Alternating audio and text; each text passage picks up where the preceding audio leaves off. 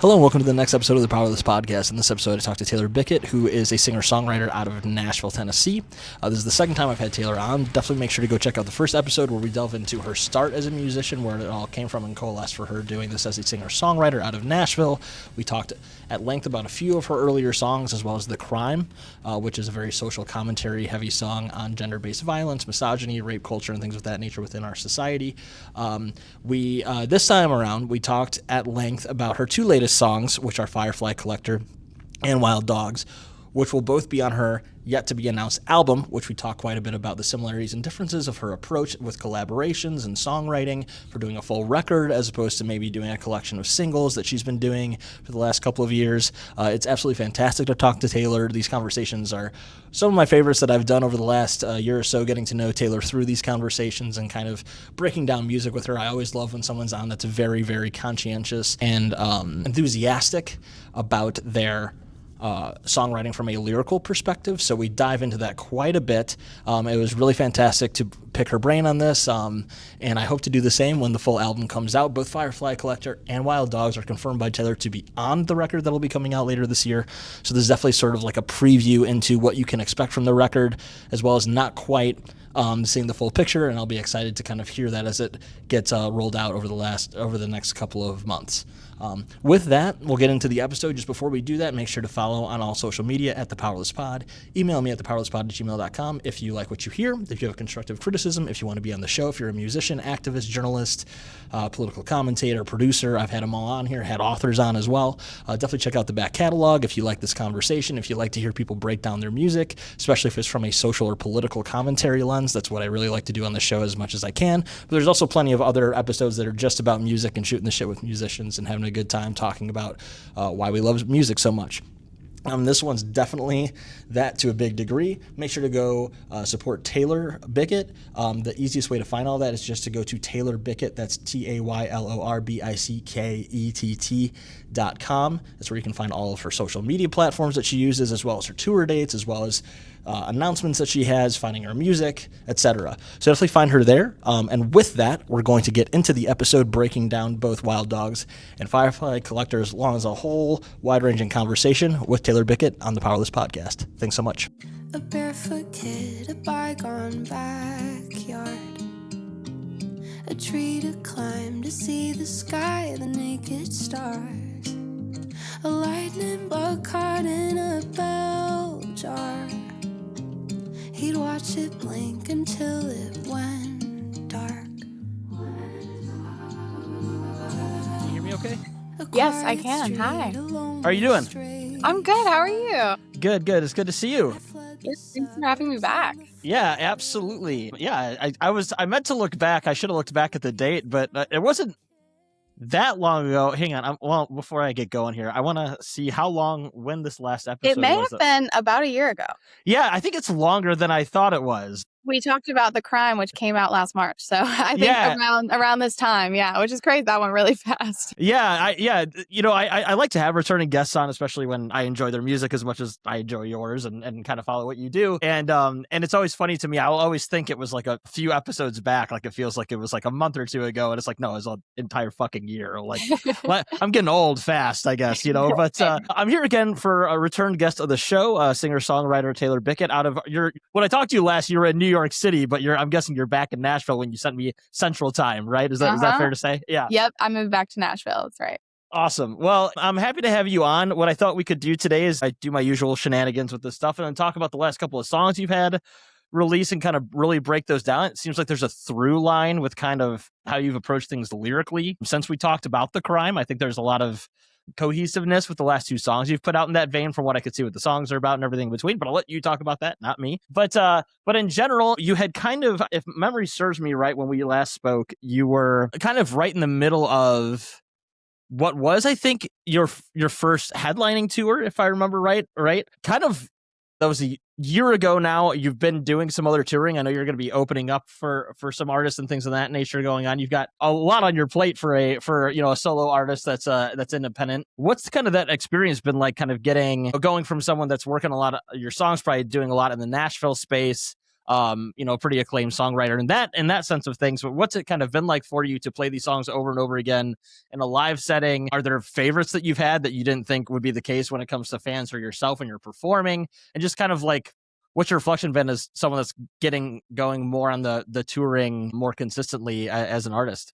Yeah. So, I mean, I had done a handful of headline shows here and there, but it really was not until last year that I did like I did 5 cities and it was crazy. I was so nervous and then it was so awesome. And it's one thing to open for someone, but then for it to be your own show, it's just a whole different energy. And Right. it's so much better in so many ways because it's like these people came for you and they know the words and it's like, it's so beautiful. It's also a lot more pressure. Yeah, I And I was like, imagine. "Oh, I didn't realize how exhausting touring is." And now I understand why people are like, I need a break." Because I was just like, "I just want to tour so bad." And then I did it and I was like, "Wow." And I love it so much, but it is a lot. You're on all the time, especially like if you're someone with like a lower social battery, you just have to like really like, I'm like, okay, going to be super social for 5 hours. So then I'm going to like lock myself in my Tap room. out. Yeah, Yeah. right. But it was amazing. So I did those headline shows last summer, and then pretty much right after that, I went on the road opening for Charlotte Lawrence, who's an artist that I've loved for a long time. So that was super cool. I opened for her for a couple weeks in August, and that's when I put out like my next song called Firefly Collector. And yeah, The Crime and Firefly Collector were my only 2 releases last year because I was really locked in on recording. And I finished recording my album like in November of last year, which it's all ready to go now and it's coming out this year. So there's lots to plan still and lots coming. But so yeah, I found that, yeah, it's interesting. Like some of the songs that I really loved performing. I mean, I don't know. I liked all my songs when I wrote them, of course, but it's like there are certain ones like my song Her Again, it came out in 2024 and I wrote it like a couple years before that. So it's sort of older and it's not even like one of my more popular songs. Like it's not on my like top 10 in Spotify or whatever, but I just love to play it. Something about playing it live like just hits. So like I pretty much always have that in a set. Which I just maybe didn't expect. It's a little random. And there's certain songs that are a lot more like produced. But then I did my headline show solo acoustic and Right. and my opening because it's a lot of money for an independent artist. And there's something very special. I love to play acoustic, but so it's I kind of have to shift things, and they sound very different solo acoustic. So that makes me sort of gravitate towards some. Like my song "Idiot" is like very like it's got all the drums and it's very like indie pop produced. But when I play it live, it's just acoustic and like something about something about it like makes me like it more that way. I don't Yeah. know. But yeah, it's just been really interesting and I've learned so much. And yeah, I'm about to go on tour with Devin Kennedy, opening for him a couple dates in North America. And so I'm just excited to get back. It's like one of my favorite parts of doing this. Yeah, absolutely. And to that point about having a kind of shift in how you portray a song, especially solo acoustic. It's funny. I think I told you this last time. I listen to a lot of singer songwriter stuff. I'm also someone that's like very avid into like heavy music, but there's still something about when someone can take whether it's an indie pop song or a heavy rock song or whatever, strip it back to the 4 chords and kind of play it in a more somber, intimate fashion, that it's hard not to, at least in the moment in the live setting, enjoy that more because it's more vulnerable. There's no bells and whistles. And I'm sure you heard this coming from Nashville, but like you can always tell when a song is written extremely well when no matter what way you play it, whether it's the full ensemble of whatever production you've thrown in, if you've done X amount of string quartet background stuff or whatever the case may be, that if you could strip it down to 4 chords and a single voice and it still hits hard, that's how you've written a great song. So there's that testament to that, right? So is like songwriting, it's an art form to be able to pull off both, I think. And it totally makes sense that you enjoy that more in that vein, because again, it's probably how you initially wrote it in your bedroom or living room or whatever the case may be late at night one time, right? It is. Yeah, almost all of my songs, I think like I at least started solo acoustic, then maybe I go in the studio and like work on. But yeah, there is like something very special and it feels like I get back into the headspace of when I wrote the song, which is also cool. Yeah, super random question I'm going to ask before I forget it, because I was thinking about it when I was listening through your discography this morning. To I always like to do that the day of recordings when I can have the time to. But with Wild Dogs, is that like in a? I noticed when you're playing it with the capo and how you're playing some of the chords, is that in like a specific like open tuning that you're doing? Is that like kind It of a is. different tuning? Okay, It's an open D I felt tuning, good that I yeah. could clock that. Yes. Yeah. Yeah, it's open D tuning. I have the capo on 1, so it's in E flat. And it's so funny in the video. I was like, oh, I should have just tuned my guitar to E flat, because now I have this ugly capo in all my videos. But Nah, it's raw. It's the real way. It's how you probably actually play it, so it works out well. Yeah.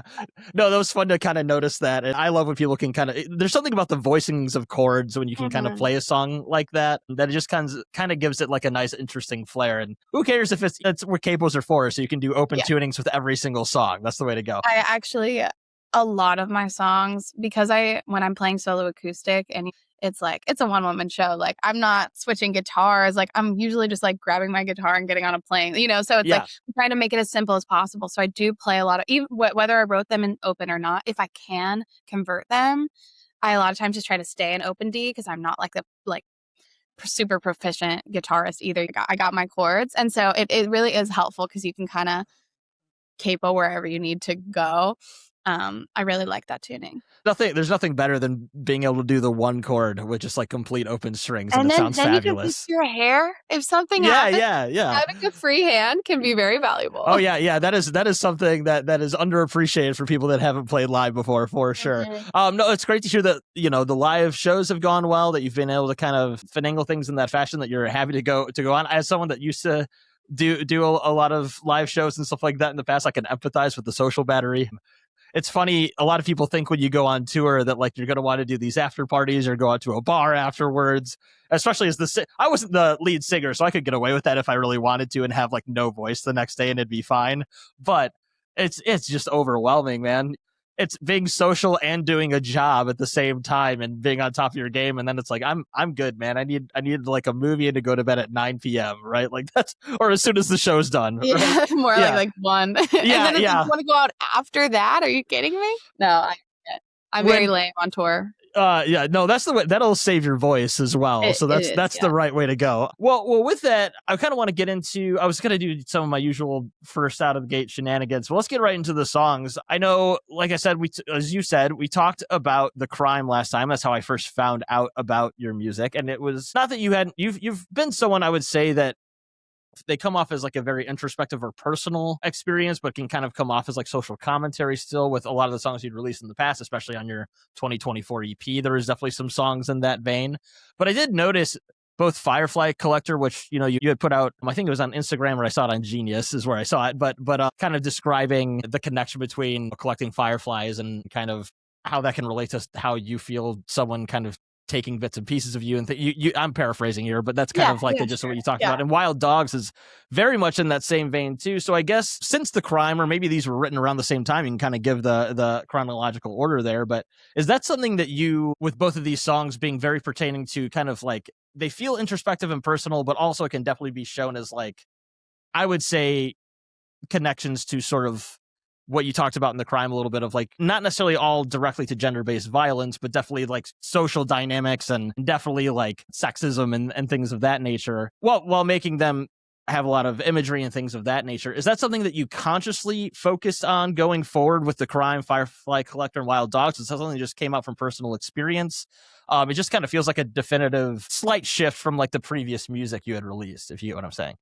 Yeah, it's interesting. I don't think I consciously made that decision, but I think when I wrote The Crime and just when I had the experience that inspired it and releasing it and like getting feedback and other people sharing their experiences with me and making this video, or talked a lot to the other people in the video about stuff like this. Like it weighed very heavy on me, and not necessarily in a negative way, but I carried it with me, I think. And so I think it subconsciously influenced a lot of my future writing. And it's interesting because I'm like looking at like my whole album that I'm like getting ready to release. And I'm like, Firefly Collector and Wild Dogs are actually the two that are like the most like that. And it's just funny that they just happen to come out right all back to back. But maybe subconsciously I did that on purpose, because it's like the through line, it comes through. I'm not sure. But yeah, it's definitely all related. Firefly and Wild Dogs have this like connection of being like very like nature inspired.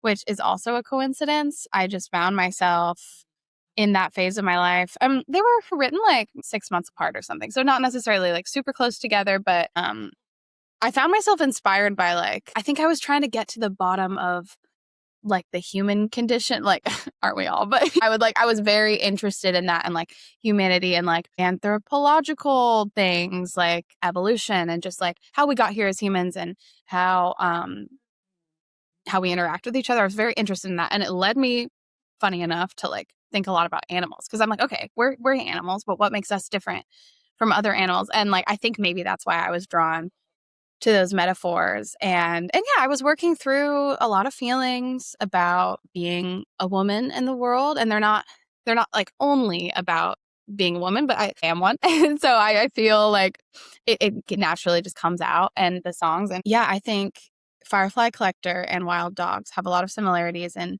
they're sort of about similar situations. There's just that feeling of, well, I mean, it's a sort of applying these like nature metaphors to a toxic relationship and how it makes you feel within like the bigger scope of the world too. Right. So it's like there is a through line in there. Yeah, to start specifically with Firefly Collector, to kind of go a little bit more into the detail, because I mean, like as you said and as I alluded to as well, the through line for these is pretty direct. It feels in a lot of ways. I just want to pull up the lyrics here while I'm thinking, but with Firefly Collector, kind of explain for my listeners that maybe haven't heard the song before, kind of the connection with what you're talking about there with Firefly, which just like the picture shows, or most people would think of, it's whether a little kid putting a fire instinct that we all have, which is bizarre. When you think about it, of seeing a firefly being attracted, almost like how bugs are to like a bug zapper in a fashion as a kid, and you either want to put them in your hand or put them in a jar and kind of keep it, and just kind of break that down and connect that to what you were just talking about with the song. Yeah, I think it's a human tendency to like want to keep beautiful things. We cut flowers, and by cutting flowers, we kill them. And a lot of times by catching a firefly, you keep it in a jar, you don't like poke holes or whatever. Even if you do, like it's going to die too. And so it is kind of like just a thing that we do. And we've all done it. It's not specific to any type of person. It doesn't say you're not a bad person if you caught fireflies. No, it's not one of those signs for like being a serial killer or something. No. Right. It's just like I was thinking about that. And I was sitting outside with a bunch of friends in New York. It was 4th of July, and there were a bunch of fireflies around. It was like summer night, and we were just talking about how we used to capture them. And then one of my friends said, "Oh, we used to capture them and then like spread them on our skin so we would glow." And I was like, what? I had never heard of that. But a bunch of them were like, yeah, we did that too. And I was like, that's crazy. And it was just so funny to me because I was like, oh, wow. And of course, I'm going to think deep about this, even though we're just like drinking at a party and I need to chill. But I'm like, it's crazy that, we're so attracted to the beauty of other creatures. We want to take it and give it to ourselves. And in that process, snuff out their light. And it also, we can't fully take it for ourselves because it wasn't ours. And I was kind of processing a breakup, but also just my feelings about the world. And I think that my experiences with sexism and violence played into that for sure. But I was just thinking about this idea. And there's a quote, can't remember who it's by, but it's like a man doesn't want a submissive woman. If he says he wants a submissive woman, what he actually wants is a wild woman that he can tame. And there's this like taming. And I think some people, and it's not specific to gender, but it is like this, oh, I want this manic pixie dream girl. I want this like wild independent woman. But then as soon as I get her, I want her to stop doing all that and just, become a wife and mother, or only like it's maybe this idea of like being threatened by somebody's independence. And so wanting to take it and then keep them for themselves. And I have experienced similar things to that. And on a broader sense, just experienced feeling like I was in a relationship where I felt like I had all this light and joy and spark before. And I think that's what attracted this person to me. And then throughout the relationship, I just felt myself getting smaller and smaller. And I talk about in the second verse, I say like under the glass, the air is thinning. And it's just that idea of just like kind of feeling suffocated. And then I say in that verse, like, and then you tell me something's missing. And so it's like, you were the one who made me small, but now that I'm small, you're like, well, why are you so small? And so that's kind of how the song came to be. Just and so the end of the chorus is "Love her until you catch her, the Firefly Collector." So it's like you love me while I'm flying around, and then as soon as you have me in your jar, you're bored of me. And I've experienced that, and I also think it's something that a lot of people I know have experienced and just what I've seen in media. And so I felt very called to write about it. Yeah, that I was trying, as we were talking, I was trying to find the quote real quick, and of course, unfortunately, this kind of shows you what you're talking about is very pertinent and very, like, I think, relatable to a lot of people. I'm sure specifically or disproportionately women in these scenarios. It's like said by like 30 bro dude podcasters, and like No there's way. it's quoted from like 10. It's like all the people that you see the clips of that you're like, this makes me like lose my faith in humanity that people watch this or whatever the case may be. So to that point, it is a very often said, at least by people that have a microphone and record themselves, say it way too often. And I think it's like that's this stuff is like what I thought of when I listened to the song and read through the lyrics, because as I've told you before, if you're familiar with the show at all, like I talk politics a lot and talk social issues and all that kind of stuff, and so I'm like brain poisoned by the worst people imaginable. Like they pop up on my news feed all the time, and it's just, if they're not talking about specific political issues and it's social issues and it's young men talking amongst themselves or having a guest on or interviewing, unfortunately, like interviewing a woman and saying these things to a woman directly, it's like a pervasive thing within how people view the world or view relationships. And certainly like more recently, it's that sort of, it's like objectification that they attempt to romanticize at the same time with kind of the instances that you're talking about with this song specifically, and kind of that dynamic. So yeah, unfortunately you wrote a relatable song, which I think I said the last time too, because it's not difficult to see these sort of dynamics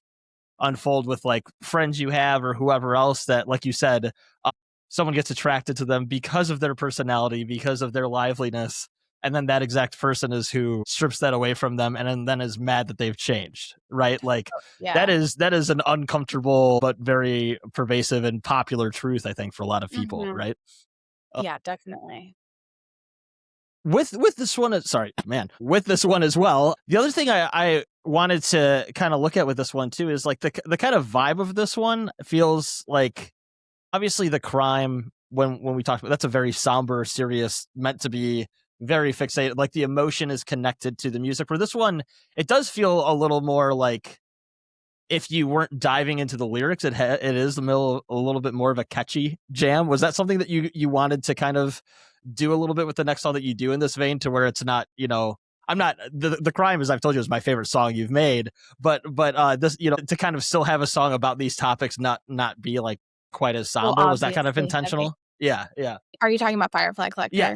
Sorry. Yeah. Well, it's so funny because I have a friend who told me, he was like, if it weren't so sad, we would have danced to it at our wedding because we love it so much. But we're like, the vibe is not right. The lyrics are not right. But like, we love everything about us. And I was like, that makes sense. Because yeah, I think if you don't listen to the lyrics, you're like, oh, it's like, it's kind of like folky and it's got these big moments and it's got these small moments. And I have, my best friend played cello like all over that thing. So they got the strings going on. And yeah, I think it's nice sometimes to, there's something special about writing about serious topics with music that doesn't immediately sound so serious, because it kind of it can draw people in and it can be more of like a warm welcome, and then you hit them you hit them with the realness right there. Yeah. No, I mean, like that's some of my favorite things is when I'll check out a song and it's like a major key anthemic thing, and you look at the lyrics and they're just devastating. Like there's something about that like you said, it's a way to hook people in and also get people to get sad or like introspective lyrics stuck in their head when they think they're just like into a hook or something, right? No, but absolutely a fantastic one that, again, if listeners have not checked out before, definitely listen to it. And I'll put your blurb that you put up online about it in the show notes as well. The other song that you've released more recently, I think it was March 13th, if my memory serves me correctly, is Wild Dogs, with a visualizer online as well. And you said that these two songs, is the crime on the album coming out, or is it Firefly Collector and Wild Dogs? Yeah, it's just those two. The crime is not, because we're donating a portion to charity. That's and so right. To keep it easier to be able to donate, it's just like, let's take it off, or let's not have it on the project. But yes, Firefly Collector and Wild Dogs are on the project, which I'm announcing more about it super soon. So it's kind of like a sneak peek into the world of that. But yeah, Wild Dogs is, if you haven't heard it, it's sort of also centers around a nature metaphor. I was talking to somebody who had just gotten back from a trip to Africa, and they had like gone out on like some sort of safari and seen a bunch of wild animals.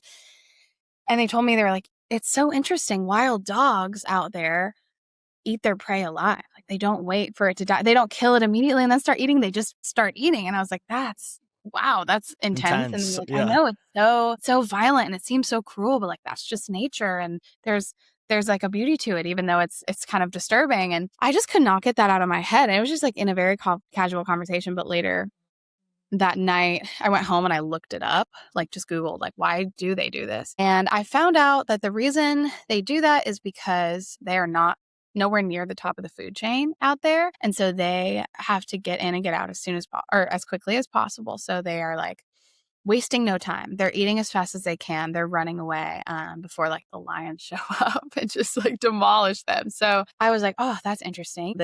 This act that initially comes off as so cruel and violent is actually an act of fear and insecurity, which made me think a lot about sort of the same relationship that inspired Firefly Collector and some of the experiences that inspired the crime. You know, it's just like all these ideas of people do bad things sometimes because they feel small or they feel insecure, or I think it's more common that someone is not a deeply evil person, but they have done bad things because of fear, because of cowardice or insecurity, rather than someone's just an evil person. I'm sure that there are evil people out there, but for the most part, people are so complicated. Sometimes it's harder to come to terms with the fact that the person who hurt you isn't just this like evil monster that you can villainize. Sometimes it's super hard to come to terms with the fact that, oh, they're a human and they made a decision that really hurt me,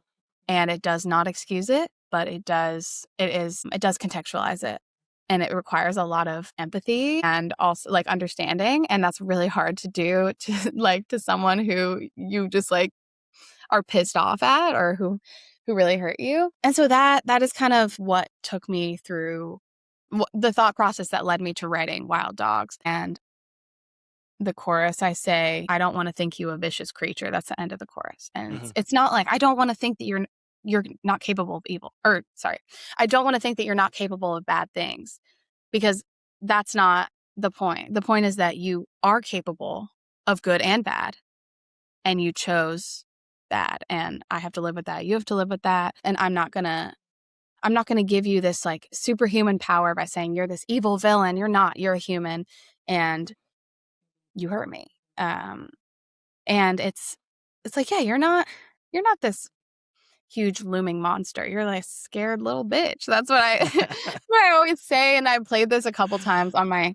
headline shows before I actually released the song. And I'd say, like, you know, sometimes they're just a weak little bitch, and that's why they hurt you. Not because they're some like evil supervillain.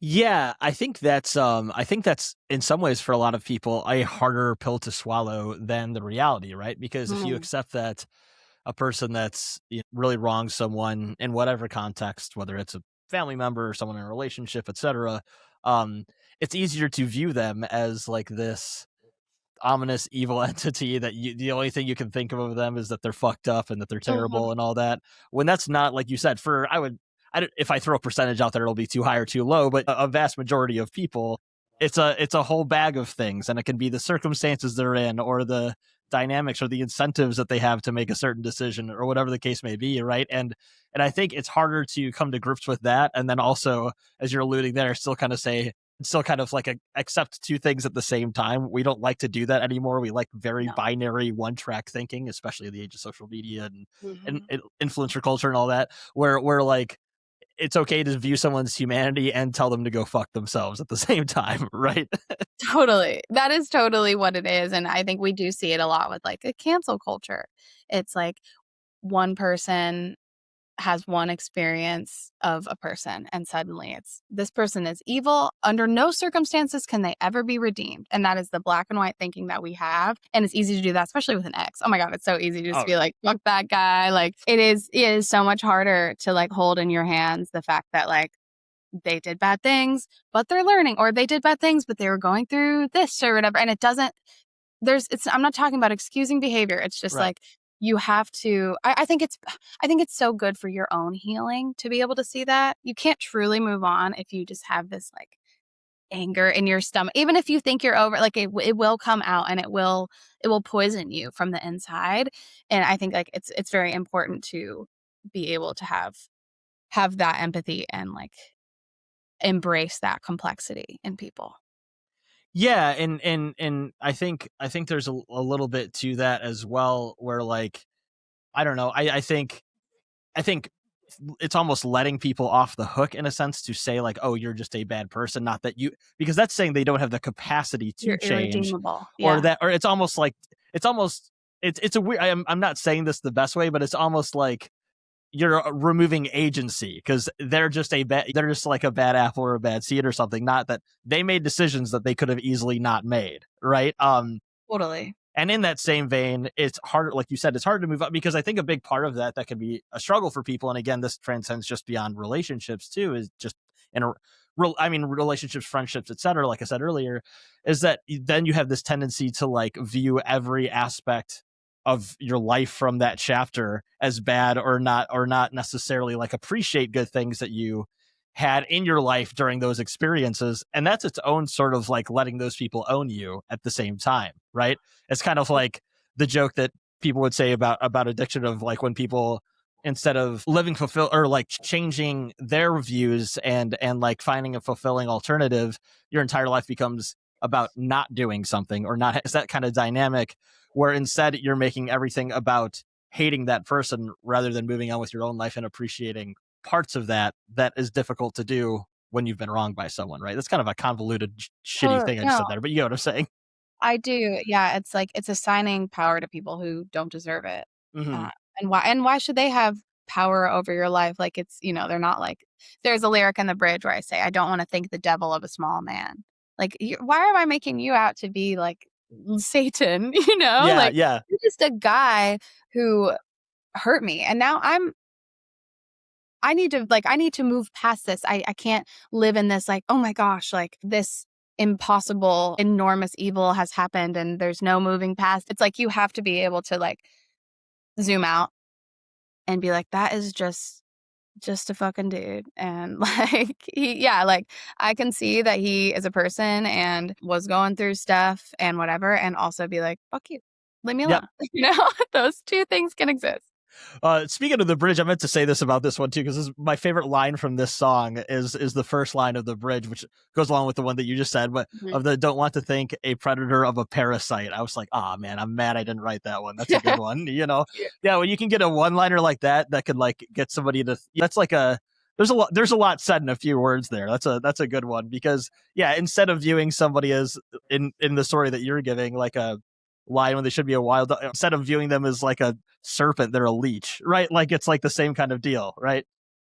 Yeah, and it does like I think it kind of goes along with the thought process that inspired the Firefly Collector, because it's like you wanted something that I have so bad that you're like clawing at me to get it, and I mistook it for like being I mistook it for you like taking over and me losing power. But the truth is that like I had the power, and that's why you wanted to take it from me. That's like if. And so when you switch your perspective and you're like, this person like made me feel small, but it's not because I was small, it's because they were small. Like that understanding, that definitely like in both songs, I think I like try to get across like it's like a self-confidence thing. Like when I was in that position or in other positions in my life, why have I felt like I can't I have to like, why do I feel like I don't have this agency? Why do I feel like I don't have this power? Why am I assigning it to other people who don't deserve it and who are actually so insecure that they're trying to like take me down with them? Mm-hmm. No, absolutely. It's it's kind of, yeah, you word these songs, but these last two, and of course, as I keep referencing over and over again, The Crime, which we talked about in depth last time, it's enjoy it because as someone like, for me, I'm a very like lyrics first person. I know not everybody's like that. Some people could give a shit about lyrics and they just want to hear the song, and that's, you got to be good at both, so it kind of works out either way. But what I like about these is they come off as so like personal and introspective, and yet you're able to like weave the words in a way of kind of like a thought process that could be not just your own personal experience, but kind of looking out into the world of, I'm sure when you wrote this one, as an example, you're talking about your own personal relationship issues, but it's very clear that you're kind of like looking at it from where you've probably looked out in the world and seen this exact same dynamic that maybe you didn't notice in the same way before it happened to you in such a direct way. But it really does come off as like this kind of somebody sitting on a park bench viewing people experiencing the same thing in some respects. Is that fair to say of like how you kind of approach some of these things? Yeah, definitely. I wrote Wild Dogs with my friend Maddie Hicks, and it was so great to have her perspective in there because it did help me take it out of my own personal experience. Because she was able to talk about things that have happened to her, or we were talking about what we've seen in the world. And so I think I write a lot by myself, but when I write with other people, sometimes it's just like it allows you to see that bigger picture. And we tried to craft the words, in a way where they could relate to a lot of things, or they could be big or they could be very small. And it's always interesting when I put out a song and then people start commenting like what they think about it. And some people are like, this reminds me of my ex. Other people are like, this reminds me of my mom. Like there's so many different interpretations, and I want to like allow for that while also still like being true to what I've experienced and weaving that through. But I'm trying more and more to work on that universality because I enjoy hearing it in other songs. And I think when I first started songwriting, it was like a diary, which it still is, but it's been fun just as I've like grown as a songwriter and learned to try to, make it more universal and talk about bigger things because Yeah, they all, of course. Yeah. It definitely comes off in that vein. You referenced you did a co-write with this, and I'm always interested. I like to ask people this question whenever somebody brings that up, especially as a solo artist, as opposed to somebody that's in a band, where a lot of times it's some form of co-writing anyway to varying degrees. Which one is there one that you prefer to do? Or are you someone like me that's very, I'm a big control freak on art. So like, I like to collaborate with people because I know it makes something better, but trying to take my hands off the wheel for a minute is like very, very tough. It's something like I continue to try to tell myself to work on at the very least. Is there something you prefer? What are the kind of the pros and cons of doing each one, since, right? Because Firefly Collector, you mostly wrote yourself. That's not a co-write, right? So I wrote it with my producer, Oh, Jack, okay. who I got you. produced the whole album, but he was mostly focused on the music side, and I was Yeah. focused on the word side, which is like really my strong suit, Mhm. is the words. And that's why we work so well together. And I think why it was like such a good choice to have him produce the album, because he has that just like the musical brain where I'm thinking more about the meaning and all that kind of stuff. But yes, that song Firefly Collector really was like more of like a journal entry that became more, and it was like a lot of just like me scribbling away in the journal while Jack is building this like gorgeous instrumentation behind me, which is super cool. But with Maddie on Wild Dogs, we just sat alone in her apartment with a guitar, and I told her, I said, I have this idea, and I have like a little bit, I had like basically the pre-chorus, the verse and pre-chorus, the first verse and pre-chorus written. And I was like, I don't know what to do with this. Like, I don't know how to sum it up. I don't know how to write a chorus for this, like how, but I believe so strongly in the idea. And so we just messed around, which was cool. And Maddie is like an exceptional lyricist. And I love to get in the room with someone who can like really help craft exactly. I think this song specifically required like very specific intentional wording, where not all do. Right. And so that's why I'm so glad that I did collaborate with her on that. And it so depends. There's actually only one song on my album that was a fully independent solo write. And out of my catalog in general, it's really a mixed bag. But interestingly, like my two like most popular songs right now are my solo writes, and they're some of the ones that like I love the most too. And I think just because they're like so personal and special. So it really depends. I think a lot of times what I do with a co-write is I bring in something I've already started. Like Right. with both of those examples, I brought in something that I had, and that allows me to like set the tone for like, this is the concept, and this came from like my brain entirely, and now help me like get it out of me. Like that is really helpful to me. Yeah, I think and also it's a surefire way that if you have something that you're not quite sure how to complete it, you get it 2/3 of the way. Well, somebody else can help you bring it to the finish line. And sometimes right? I really need that because I'll just sit with a song for like a year and be like, well, guess it's trash. And then I bring it to someone and it becomes amazing. Yeah, it gets a new life all together, right? Well, since you brought it up, and I know you could just tell me what you can and can't talk about it, because I know you're gonna. There's the rollout, there's the stuff people do. So I'm not trying to get you to give me some breaking news here or anything like that. But I do know, as you talked about before, your album has been completed for a couple of months now. You've talked about that you're going to do the rollout. 2 of your songs that you've released that we just discussed are going to be on it. I guess like the first thing that I would kind of want to ask, because as I've shown you, I like to really dive into the songwriter stuff as much as I can, is when you approach this album, because you've done an EP, you've done a bunch of singles, when you're approaching it from that kind of album perspective of 11 songs, if I remember saying from some things that you've put out already about it. Yes. Do you find yourself approaching some of the music a different way? Like you referenced that these 2 songs are the ones that are most cohesive lyrically, and I would say they're pretty cohesive musically as well. Is there like some approaches you take when there's 11 songs as opposed to 4 or 5 or 1? Did you approach some things in like a weird way in some instances and kind of take some different liberties with it, since you've got this whole catalog that you're going to release at one time? Just kind of talk to me about the similarities and differences of writing for this album as opposed to your single rollouts you've done over the past couple of years. Yeah, I think when I started writing for the album, I didn't know that's what I was writing for. I was trying to figure out what was next. I was like, oh, maybe I'll do another EP. And then just as I was writing, I was like, no, I'm really ready. I'm really ready to do a full project. I feel like these songs, like they just like they fit. It feels right. So some of the songs that I wrote towards the end of the writing process, I feel like I wrote more as like album in mind, whereas before, I was just writing songs. And I mean, it doesn't change that much about the process. I'm still trying to make like the best song as its own unit before I like put it in the bigger picture. But I, for the first time, was allowed myself to like really dive into like an album track, not trying to make everything sound like singly or need to stand alone. And so like there's like a seamless transition between 2 songs. I've never done that before, which is really cool. The last song on the album is almost like, I mean, it is a song, of course, but it's not like its own.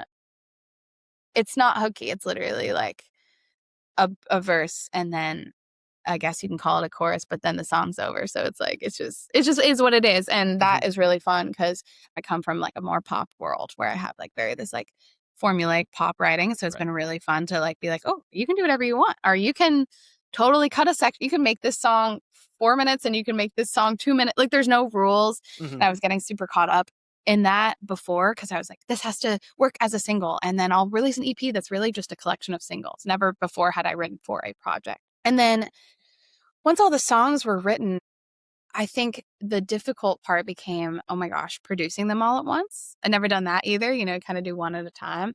And I was producing it in New York, and I had already moved back here. So of course, just timeline I kind of messed that one up. But so I came out 3 separate times to New York to finish or to basically record it. And we worked on it like all week for an entire week, all 3 times. And so it was just like, it was a lot. It was intense, but it was good because I would come and we'd get a lot recorded, we get a lot done, and then I'd have like a month to sit and think about it. And then I come back in the next month and we'd do more. But I had to think about how do I thread the needle and have cohesion throughout, but not make all the songs sound the same. Like what if every song starts with acoustic guitar? Is that okay? Okay, what can we do to like so I was thinking a lot more production wise, more than songwriting, about how the whole album is going to sound like front to back, Yeah, that makes everything from track.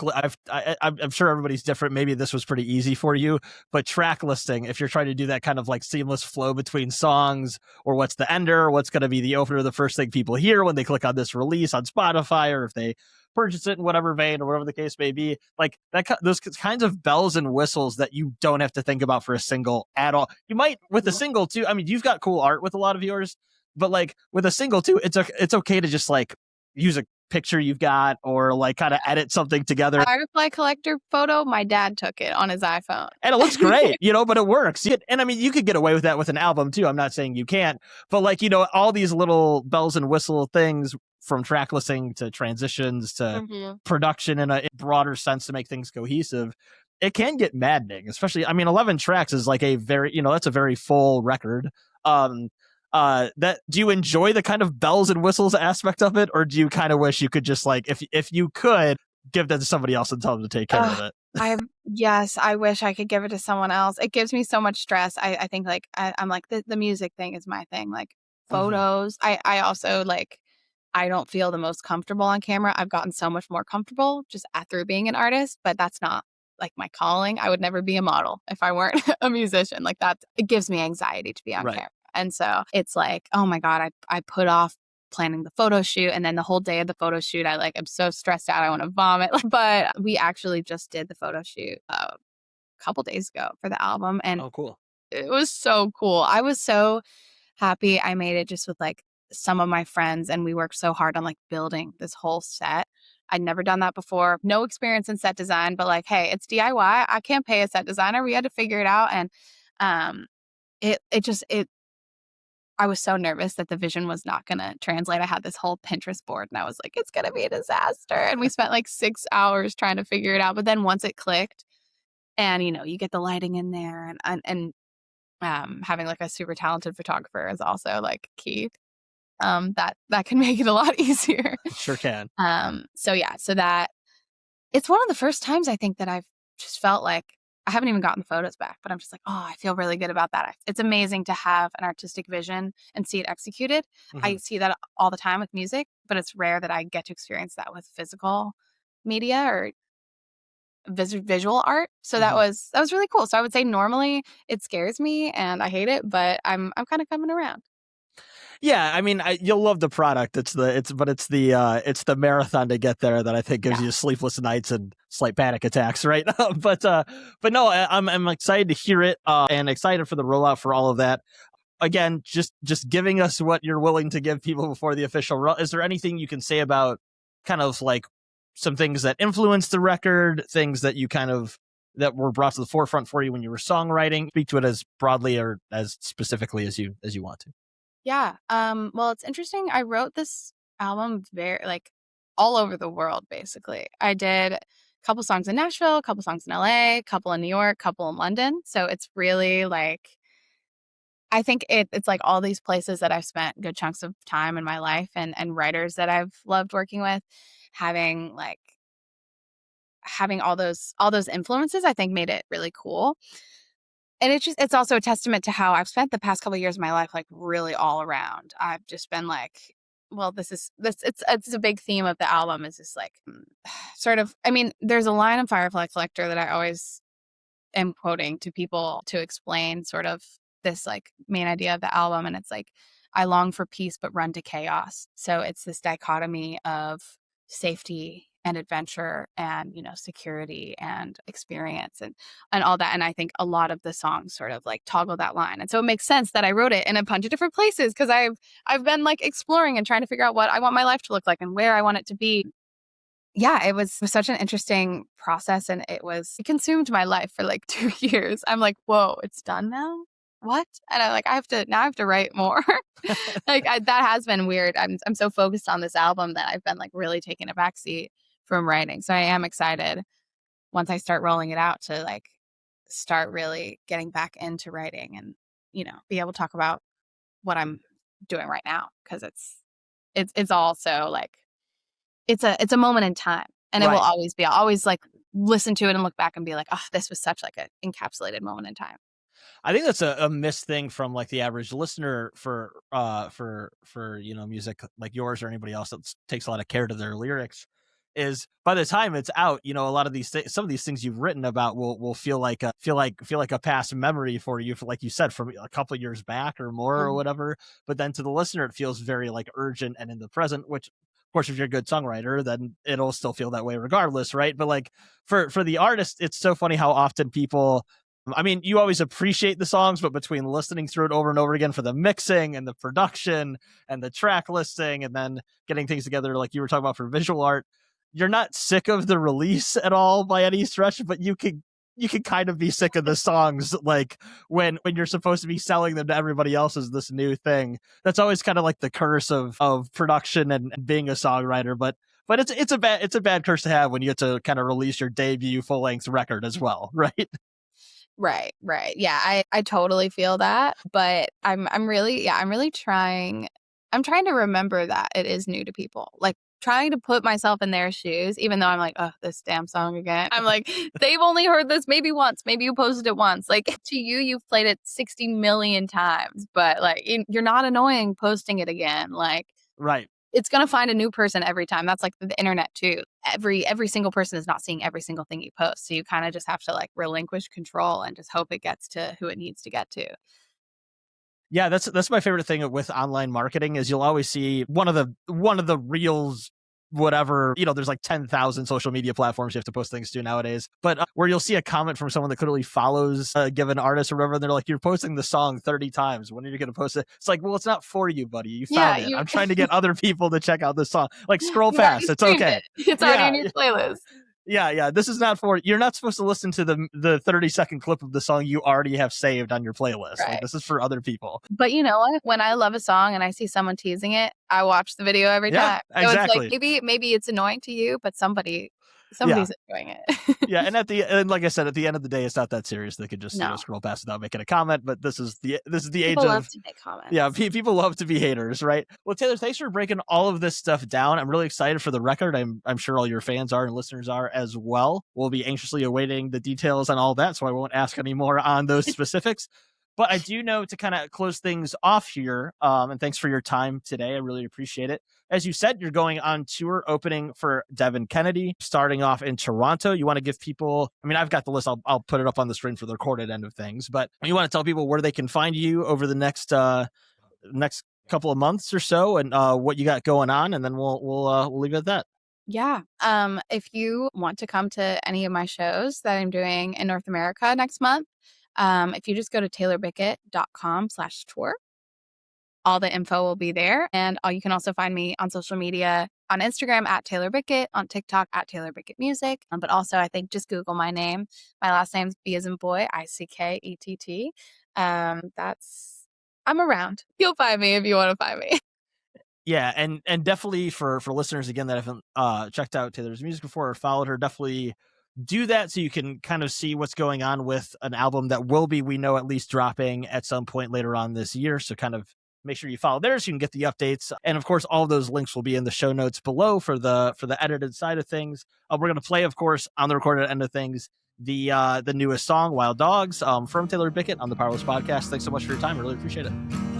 Thank you so much. Thanks for having me. You call me stupid, then kiss my skin with the same mouth. You'd sink your teeth in, you double down as I pull it out. I heard once that wild dogs will eat their prey alive. I handed you my beating heart, of course you took a bite. Was there something about my fear that made you feel braver? I don't wanna think you cruel by nature. Was there something in the dark that made you feel weaker? I don't wanna think you a vicious creature. What did I taste like? Was there a sweetness to the power? You played a real tough guy because you knew you were a coward. Tail between your legs, look at you run. Now, was there something about my fear that made you feel braver? I don't wanna think you cruel by nature.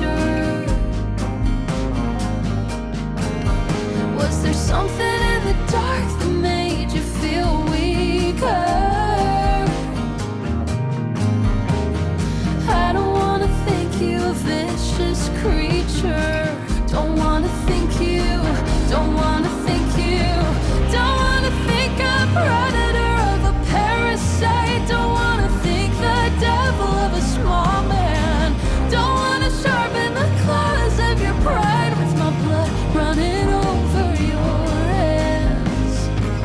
Don't wanna call it what it wasn't, though it'd be easier to stomach.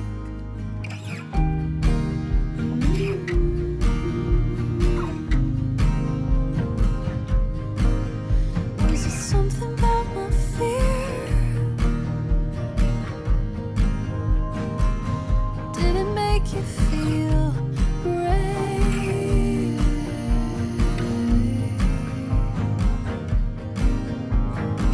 Look at you run, look at you run, look at you run, look at you run, your tail between your legs. Look at you run, look at you run, look at you run, look at you run.